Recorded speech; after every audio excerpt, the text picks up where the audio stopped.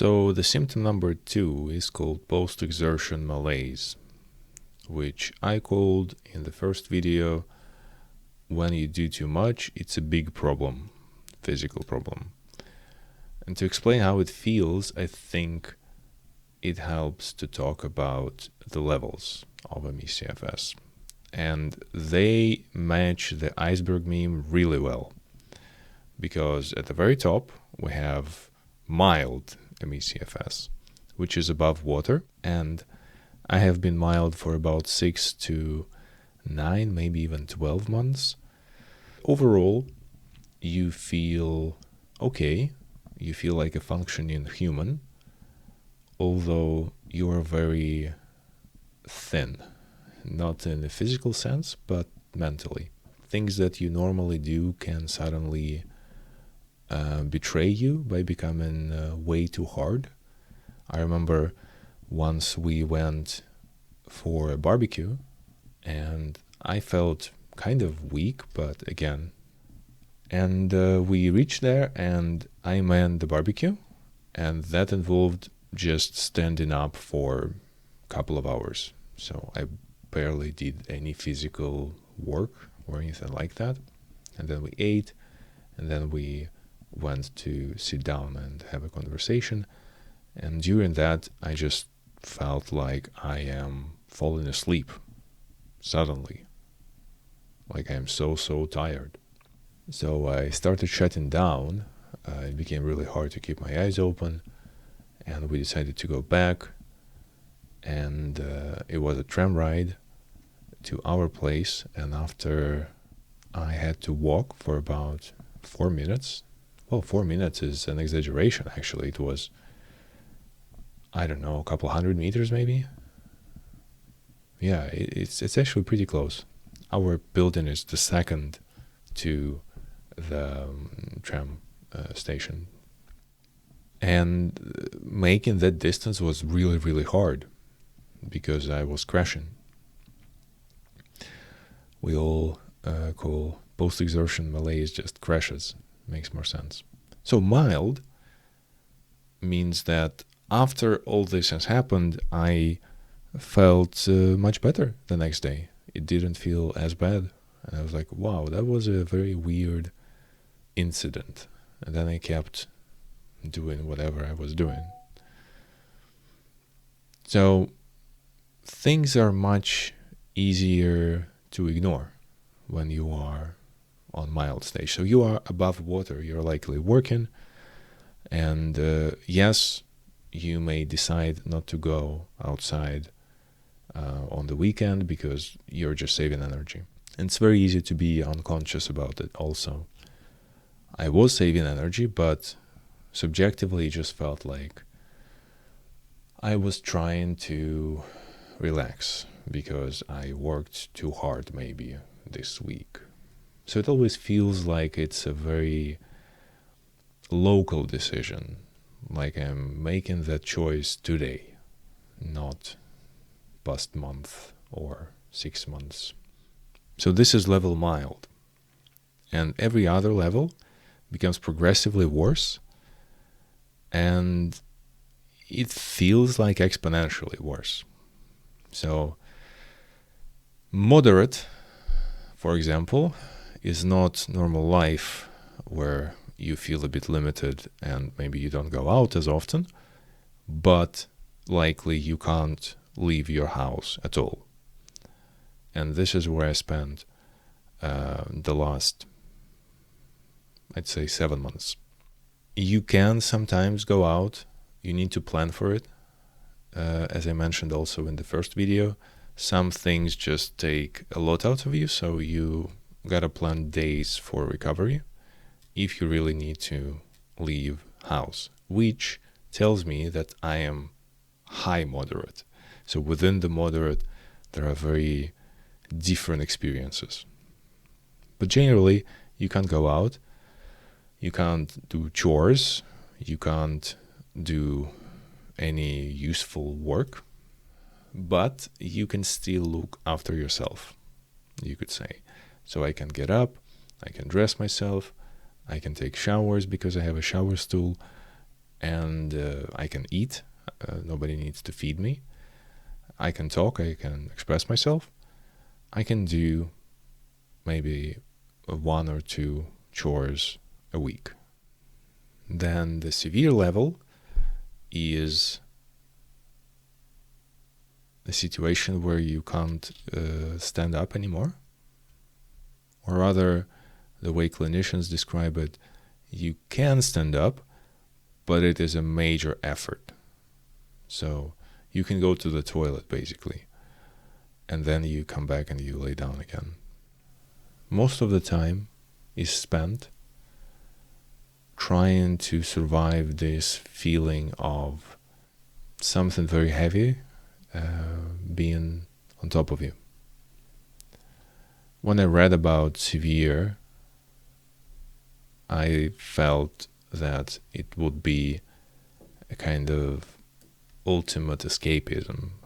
You can spend time inside your head thinking, imagining things, writing things, doing whatever you want just without moving.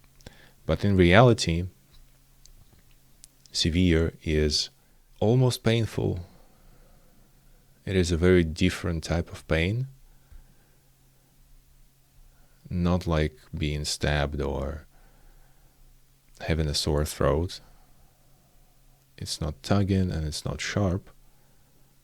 It is more like being submerged underwater, and then you don't equalize the pressure in your ears, right? So your head starts to hurt in this very particular way, as if it's being pushed from within, which is kind of the case. So I guess the feeling is similar, but the opposite direction, like it's being pressed on from the outside. And breathing is hard, and moving is hard, and your body is very heavy, and it just gets to you, you know.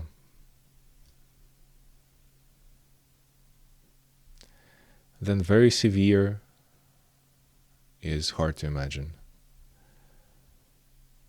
I've never been very severe, and I'm very, very thankful for that. The cases that I've seen described cover people being unable to move at all. They cannot go to the toilet. They cannot get up at all. They cannot turn their body, so they can have bed sores. And you really need to look after them. It almost is like being unconscious, but they're very much conscious. They're just suffering through every second trying to, I guess, breathe, because breathing must be very difficult. And you need to be on your side to be able to do it, probably. So thankfully, it never happened to me.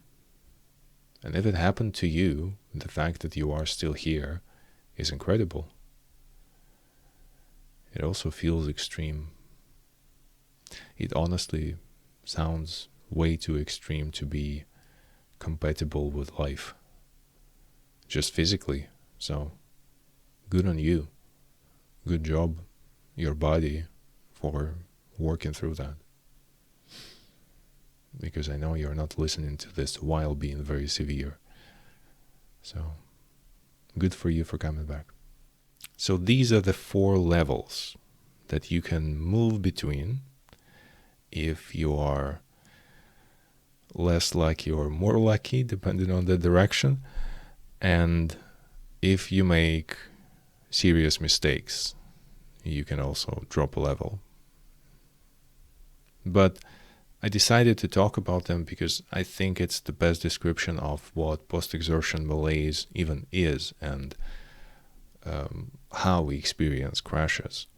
Because, for example, mostly I'm moderate right now, and if I overexert myself, I will experience a crash, which will temporarily put me in the severe level. And then a few days after, sometimes I'm lucky, just a few hours later, I move up again to moderate. The clinical description of post-exertion malaise, PEM, is focused on symptoms, how it exaggerates symptoms. But subjectively, I would say this is just moving between the levels. So when you are mild and you do something that is actually outside of your capacity, now you crash to moderate, right? So it becomes hard to walk a significant distance. It becomes hard to stand up and keep standing. And if you're moderate, you can crash into severe, or if you do way too much, you can crash into very severe. So to me, PEM is just a mechanism our bodies employ to adapt to the energy requirements. And I think it's also important to recognize that when you are crashing, or if you can see someone in your circle suddenly be surprised by how tired they are, maybe you are seeing a crash. So tell them about the condition. The earlier it is caught, the better the chances of complete remission. The sooner you adjust your life, the easier it is. The higher will be the level that you stop at. I guess you could even say that sometimes you may not have diagnosable ME/CFS and you do something that is very physically draining or mentally challenging, and then you feel this sudden delayed wave of fatigue that comes over you, and you are experiencing a crash, although your baseline is still pretty high, pretty normal. I think this can also be a very important signal, a very important flag. So there you have it. This is my subjective take on what PEM even is. I don't think it's a special type of reaction or a special type of symptom. I think this is just the same symptoms we all experience with ME/CFS. So this is your expedition through the iceberg, you could say. You drill down and then you start making your way back up. Also, sometimes you spend quite a lot of time down there, right? And it feels very frustrating because it still feels like a reaction to something you did, or maybe something that happened to you, like a neighbor drilling their wall or something. And then you need time to recover from that, but it keeps dragging and dragging and dragging, and you start feeling, oh, maybe this is my new normal. And that thought is terrifying. And I guess I'm way too cowardly to think about crashes in a temporary way. It's very hard for me. I don't know. When I crash and I suddenly cannot sit up straight or talk or do something that makes me feel even a little bit useful or creative, I immediately get very depressed. It feels like a tragedy, as if I just learned that someone died. And it feels like just because I cannot stand up today, that means that I will not be able to stand up ever. And I get scared and I start panicking because of this. And it makes it harder to go through that crash, and maybe even it extends it because, emotional work is also effort. It also takes time to recover from it. So it becomes a kind of a spiral, but because I'm crashing, it is a very slow spiral. So I can't regulate emotionally that fast. So feeling despair takes half an hour to an hour before I realize that this is what I'm feeling. And then it's all just gone after the crash has ended. Feels very easy to forget it. So I guess I'm also recording this to not forget. But there you have it. When you're crashing, you're just journeying between levels of ME/CFS. And as you're coming down, you will be coming back up. And sometimes it may take way too long, but you will come back up. The climb continues.